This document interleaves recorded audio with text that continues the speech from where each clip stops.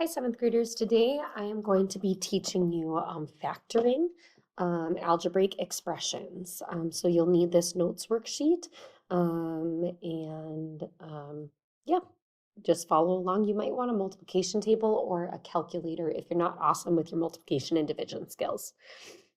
Okay, so first we are going to review the distributive property. So I have taught you that anytime you see a number right next to parentheses, that means the distributive property. So I'm gonna get my pen working here. So that 4 right next to parentheses means that you should draw these arrows, and that means that you multiply. So 4 times 7x is 28x. Then we look in parentheses, it says minus.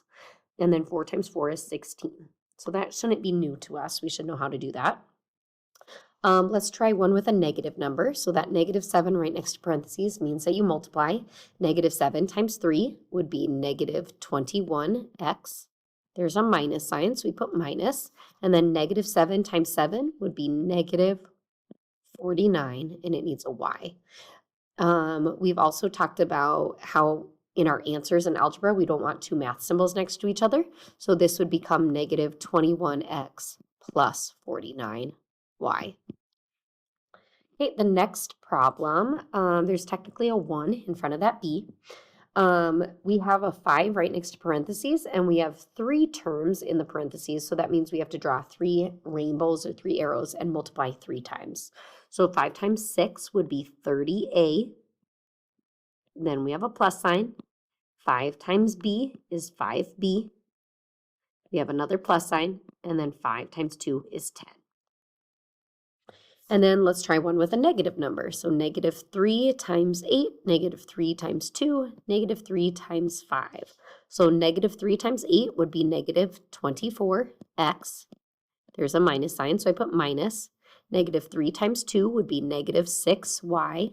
Then I put a plus sign because of that. And then negative 3 times 5 is negative 15. On this one, when we're dealing with negatives, we often get those two math symbols next to each other.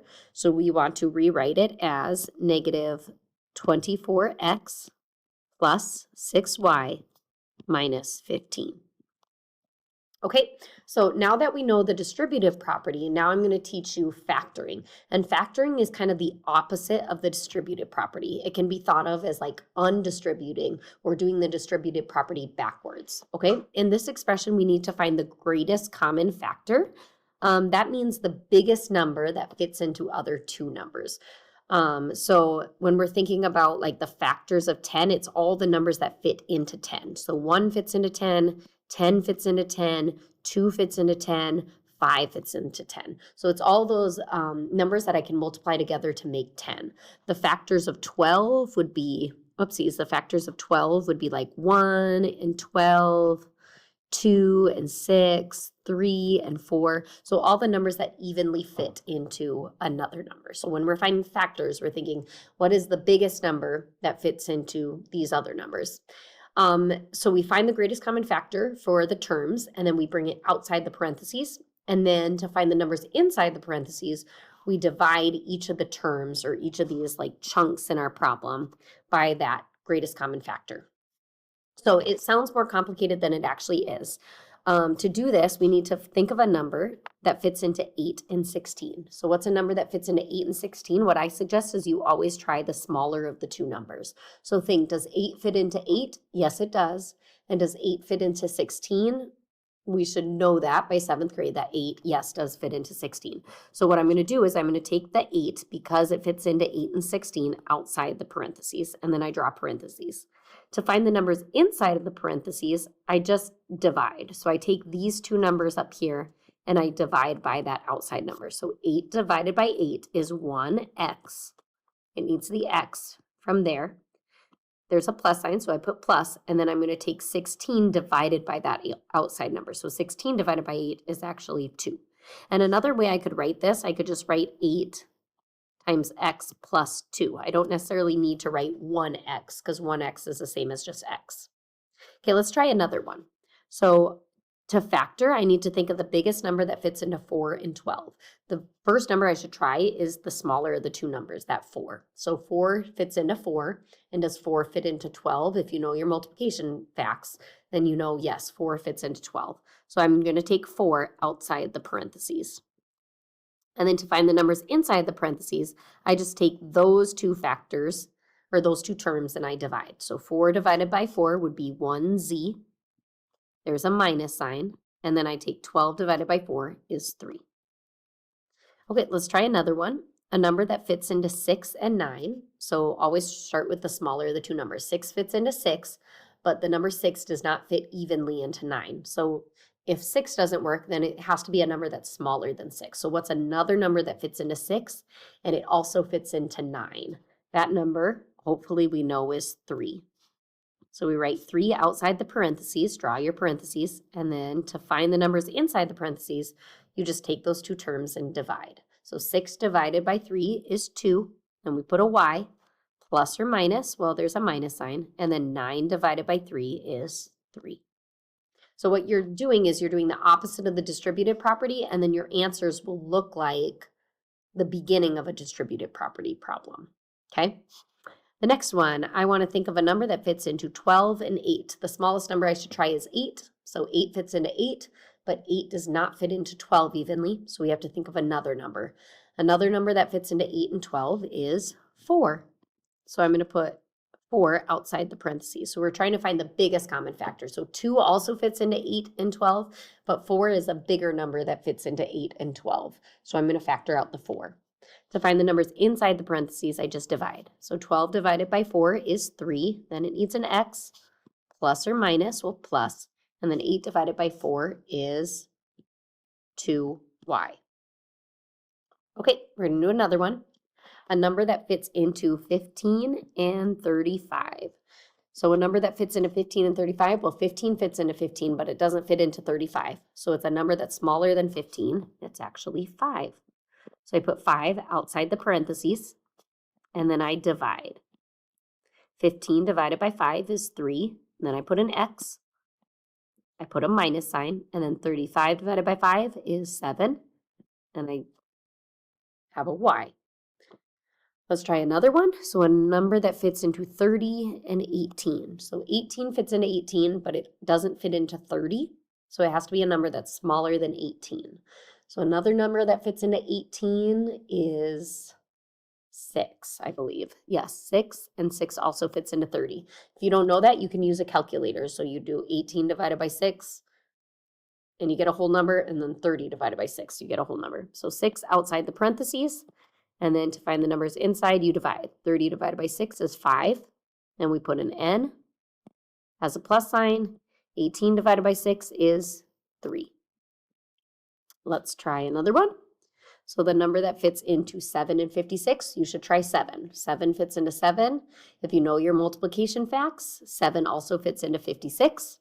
You could do 56 divided by 7 and you would get a whole number. So 7, that tells you that 7 fits into those numbers.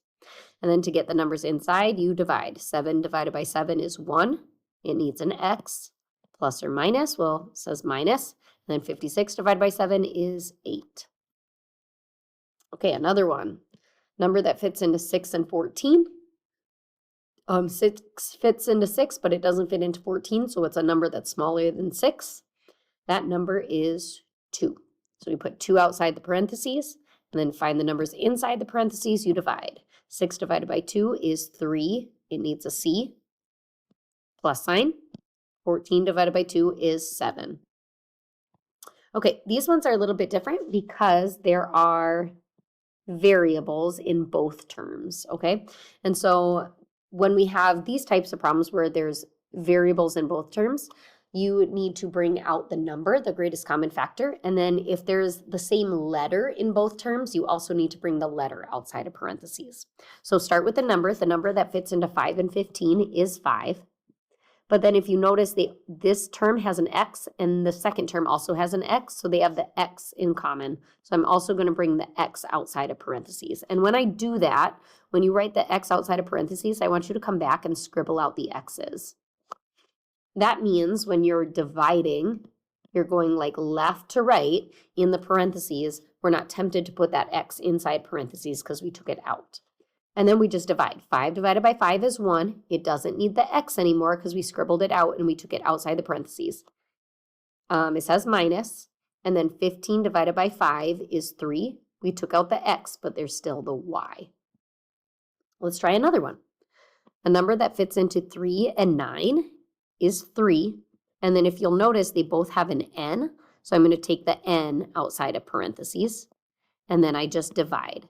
Before I divide, I'm going to cross out the n's, so I'm not tempted to put them inside the parentheses.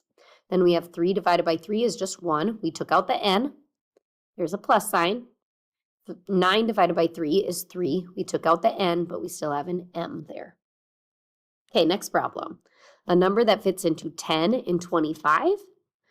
10 fits into 10, but it doesn't fit into 25. So the biggest number that fits into both of those numbers is 5.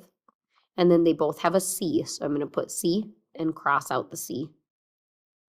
And then put your parentheses and divide. So 10 divided by 5 is 2. We took out the c, so we don't need it anymore. Put a plus sign.